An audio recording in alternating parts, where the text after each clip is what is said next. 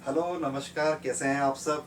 आपका स्वागत है मेरे इस प्लेटफॉर्म पे जिसका नाम है फंडामेंटल बायोलॉजी, जहाँ पर टॉपिक से रिलेटेड जितने भी फंडामेंटल डाउट्स या फंडामेंटल क्वेश्चंस जो कि लास्ट ईयर किसी भी एंट्रेंस एग्जाम जो कि मेडिकल के लिए होते हैं, चाहे वो नीट हो या एम्स हो या जिपमर हो या जितने भी स्टेट पीएमटीज जो कि लास्ट ईयर परफॉर्म हुए हैं, उनमें जो क्वेश्चंस पूछे गए हैं उन सब क्वेश्चंस को मैं आपके बीच में लेके आता हूँ। वो भी जो भी टर्म्स जो एनसीईआरटी या किसी भी स्टडी मटेरियल में मार्केट में जो अवेलेबल है वहाँ आपको पढ़ने के लिए नहीं मिलती है।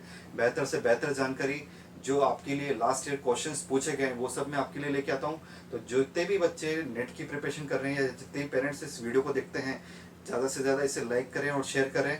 मेरे इस प्लेटफॉर्म पे जिसका नाम है फंडामेंटल बायोलॉजी, मैं प्रियदर्शन गौतम आपके बीच में लेके आया हूँ। हम डिस्कस कर रहे थे ह्यूमन रिप्रोडक्शन के अंदर मेल रिप्रोडक्शन के बारे में। इससे पहले भी जो लेक्चर्स है उसमें मैंने आपके लिए काफ़ी टर्म्स जो इंपॉर्टेंट टर्म्स है, काफ़ी सर्जरी के नाम है, काफ़ी ऐसी डिजीज़ या फिर क्लिनिकल कंडीशंस उसको हमने डिस्कस किया है। आज हम डिस्कस करने वाले हैं कि जो इस हमारी जो टेस्ट मेल की बात करते हैं, जो टेस्टिस होती है, टेस्टिस की लोकेशन के बारे में। तो आपने देखा होगा कि टेस्टिस जो होती हैं, नॉर्मली हम बात करें तो स्क्रोटम एरिया एक पाउच लाइक स्ट्रक्चर होता है। यहाँ मैं ड्रॉ करके बताता हूँ आपको। ये पाउच लाइक स्ट्रक्चर होता है जिसे हम स्क्रोटम बोलते हैं।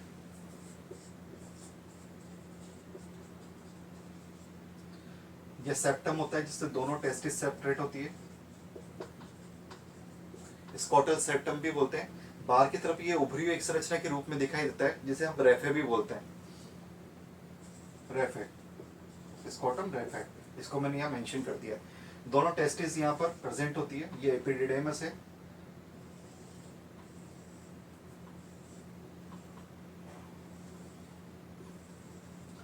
ये स्पर्मेटिक कोड के थ्रू, इंग्विनल केनाल के थ्रू यहाँ पर हैंगिंग होते हैं। दोस्तों स्टूडेंट्स, मैं आपको आज यहाँ पर बताने जा रहा हूँ कि जो टेस्टिस की लोकेशन है वो कैसी होती है। पहले भी लेक्चर में मैंने आपको बताया जो लेफ्ट साइड की जो टेस्टिस है वो थोड़ी स्लाइटली लोअर देन हैंगिंग होती है, मतलब उसका जो हैंगिंग होता है वो थोड़ा नीचे की तरफ होता है और राइट वाला थोड़ा अपर साइड होता है। उसका मेन रीजन जैसे ज़्यादा कुछ भी नहीं, उसका कोई ऐसा कोई इम्पैक्ट भी नहीं आता है कि कोई स्पर्म प्रोडक्शन में या फिर फर्टिलिटी में ऐसा कोई मेन इम्पैक्ट दिखता हो। बट थोड़ा सा एक जो साइंटिफिक रीजन है कि दोनों अगर हमारी लेग्स पास पास होती है तो उनका थोड़ा क्रशिंग ना हो जाए या वो डैमेज नहीं हो जाए या किसी प्रकार की चोट ना हो, इस वजह से थोड़ा उनमें हैंगिंग का थोड़ा डिफरेंस होता है। इसके बाद हम यहाँ पर डिस्कस करेंगे कि वो एक स्पर्मेटिक कोड जिसे हम बोलते हैं स्पर्मेटिक कोड।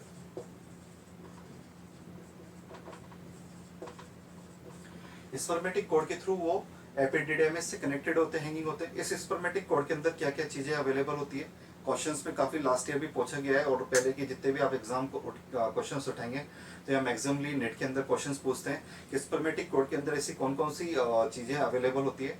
तो उसमें एक तो होता है ब्लड वेसल्स, मैं यहाँ लिख देता हूँ।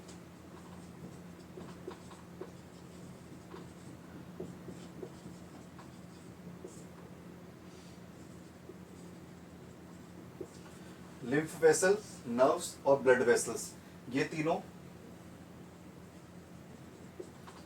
ब्लड वेसल्स नर्व्स भी प्रेजेंट होती है, लिम्फ वेसल्स भी होती है, इसके अलावा वास डिफरेंशिया भी होती है। इसके अलावा जो आपके है इसमें आर्टरीज होती है, वेन्स होती है, जिसके माध्यम से जो हमारा जो अपर बॉडी पार्ट है वहां से ब्लड आता भी है आर्टरीज के थ्रू, और टेस्टिस से डिऑक्सीजनेटेड ब्लड जाता भी है, क्योंकि टेस्टिस भी एक तरह का टिश्यू है जिसको ऑक्सीजन की, न्यूट्रिशन की आवश्यकता होती है। तो ब्लड अपर बॉडी रीजन से आर्टरीज के थ्रू टेस्टिस तक पहुंचता है और वेन के थ्रू वापस वो ब्लड जो डिऑक्सीनेटेड है वो अपर वेंस के थ्रू अपर रीजन में पहुंचा दिया जाता है। इसमें हम आज ये डिस्कस करेंगे, हम इसकी टेस्टिस की लोकेशन की बात कर रहे थे। तो स्क्रोटम में प्रेजेंट होता है। स्क्रोटम में क्यों प्रेजेंट होता है, हम जनरली बुक्स में पढ़ते हैं कि यहाँ पर जो टेम्परेचर है लगभग 2.5 से 3 डिग्री का टेम्परेचर कम होता है। पर ऐसा क्यों होता है, यहाँ पर टेम्परेचर क्यों कम है? यहाँ पर इसके टेम्परेचर कम होने के 3 बेसिक रीजन जो होते हैं वो मैं आपको बताता हूँ। यहाँ पर 3 मेन चीजें होती है जिसकी वजह से स्क्रोटम के अंदर जो टेम्परेचर कम होता है। पहला है स्वेट ग्लैंड। स्वेट ग्लैंड्स, आपने देखा होगा जहां पर भी हमारे शरीर में स्वेट ग्लैंड्स सबसे ज्यादा होती है वहां पर पसीने की मात्रा बहुत ज्यादा होती है। पसीने की मात्रा ज्यादा होती है तो वेपरेशन के थ्रू जब वो पसीना सूखता है तो वहाँ का एरिया और वहाँ का जो एनवायरनमेंट है वो काफी कूल हो जाता है। तो यहाँ पर जो स्वेट ग्लैंड्स की जो मात्रा होती है, जो लेवल है वो काफी हायर होता है, ताकि जिससे जो पसीना निकलता है, जो स्वेटिंग होती है, उसकी वेपरेशन के थ्रू वहाँ पर कूलिंग इफेक्ट आ जाता है। दूसरा होता है क्रीमेस्टर मसल और डॉर्टस मसल। क्रीमेस्टर और डॉर्स्टल मसल क्या होते हैं? मैं लिख देता हूँ यहाँ पर। ओके,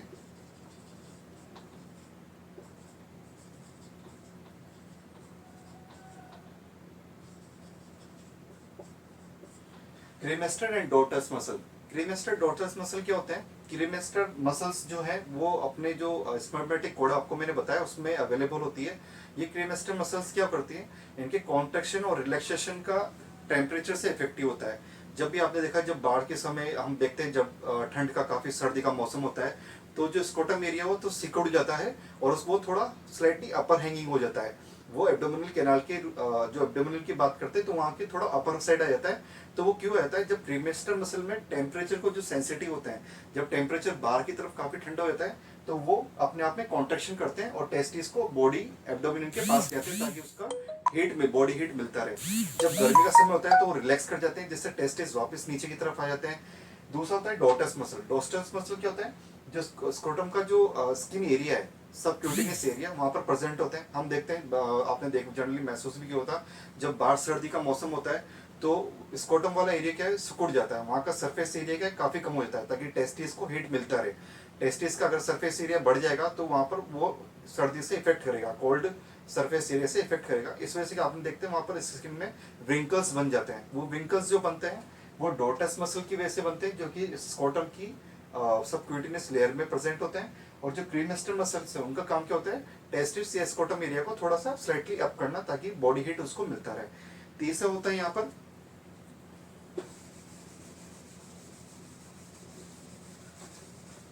तीसरा जो मेन थिंग होता है पिलीफॉर्म प्लेक्सिस होता है। पिलीफॉर्म प्लेक्सिस क्या चीज होती है?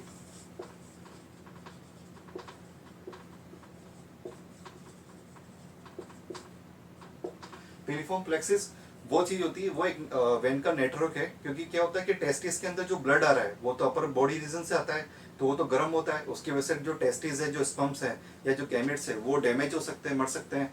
पर क्या होता है कि जो टेस्टिस के थ्रू जो डीऑक्सीजनेटेड ब्लड जो वेंस के थ्रू ऊपर जाता है, तो वहां पर क्या होता है, वहां पर टेम्परेचर कम होने की वजह से वो वेंस क्या करती है, ऑर्टरीज के चारों तरफ एक नेटवर्क बना लेती है।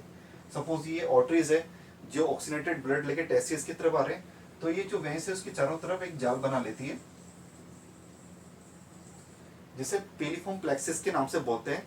जिसकी वजह से क्या होता है, जो ऑर्टरीज जो ब्लड लेकर टेस्टिस की तरफ आ रही है वो उसको ठंडा कर दे ताकि जो जर्म सेल्स हैं जो स्पर्म बनाने में काम आ रहे हैं वो उससे डैमेज ना हो।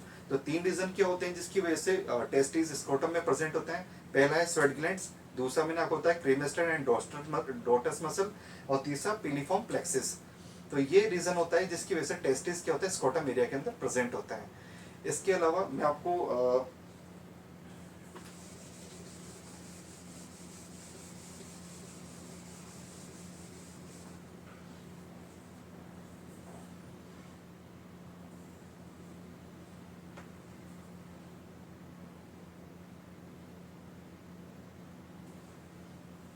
एक चीज मैं आपके बीच में यहाँ और डिस्कस करना चाह रहा था। मैंने आपको जैसे पहले ही बताया था, जो दोनों टेस्टिस का वेट है, लगभग एक टेस्टिस का वेट जो वेट होता है